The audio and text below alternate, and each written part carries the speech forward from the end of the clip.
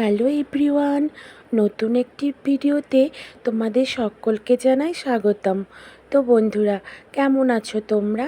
তোমাদের আশীর্বাদ ও ভালোবাসায় আমি মোটামুটি ভালোই আছি। তো তোমাদের সঙ্গে আজকে শেয়ার করব আলুর চপ, নিরামিষ আলুর চপ। তো বন্ধুরা দেখো আমি কী নিয়েছি। লঙ্কা, জিরে, আদা, বাদাম আর মেথি পাতা। তো বন্ধুরা দেখো আমি কিভাবে চপটা বানাই।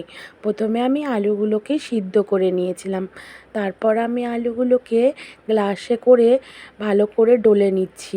হাতে করলে ভালো করে মিহি হয় না বলে গ্লাসে করে ডলে নিচ্ছি বন্ধুরা।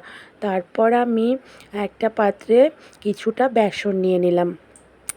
দেখতে পাচ্ছ বেসন, এখানে আমি 300 গ্রাম মতন বেসন নিয়েছি।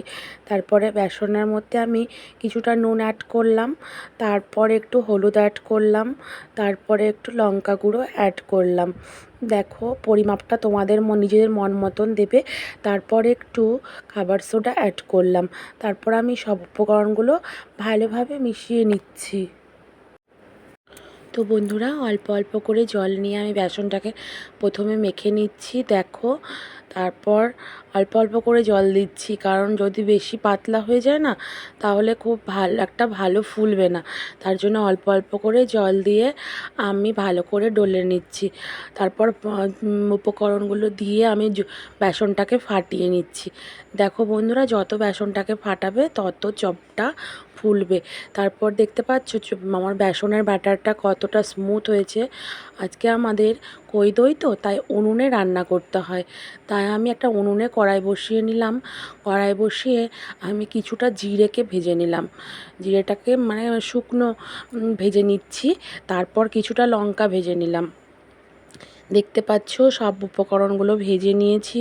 তারপর ওগুলো আমি শিলে পেস্ট করে নিয়েছিলাম। তারপর আমি কিছুটা তেল দিয়ে বাদাম ফেলে দিলাম।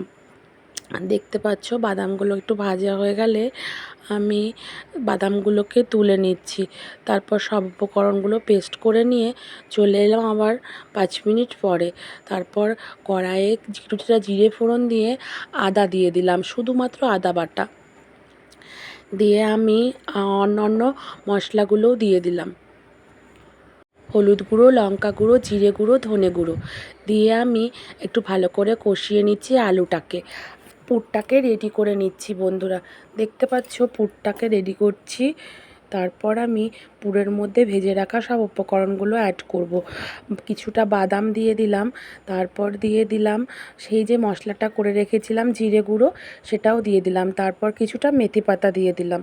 তারপর দেখো বন্ধুরা, আমার পুরটাকে আবার আমি ভালো করে নাড়াচাড়া করতে লাগলাম যাতে সব উপকরণগুলো একসাথে মিক্সড হয়ে যায়। দেখতে পাচ্ছ কেমন হয়েছে বলো তো পুরটা?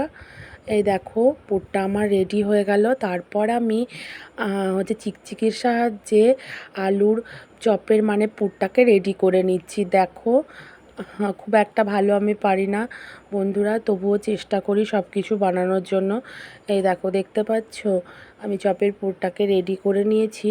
তারপর দেখো সব পুরগুলো আমি রেডি করে নিয়েছি। দেখো অনেকগুলোই হয়েছিল চপ। তারপরে আমি কড়াইয়ে কিছুটা তেল দিয়ে দিলাম। তারপরে একে একে সব চপগুলো আমি ছেড়ে দিচ্ছি। দেখতে পাচ্ছ কেমন বুজগুড়ি বুজগুড়ি বেরিয়ে যাচ্ছে বন্ধুরা। তারপর দেখো এক পাশ লাল হতে আরেক পাশ উল্টে দিলাম। দেখতে পাচ্ছ আমার আসলে ফোনটা ধরার মতন কেউ নেই তো, তার জন্য সব কিছু উল্টো পাল্টা হয়ে যাচ্ছে। এই দেখো চপগুলো কেমন হয়েছে দেখে বলো। তারপর দেখলে তো কেমন খুব সুন্দর টেস্ট হয়েছিল বন্ধুরা। ঠিক আছে, আজকের ভিডিওটা এখানেই শেষ করছি। টাটা বন্ধুরা।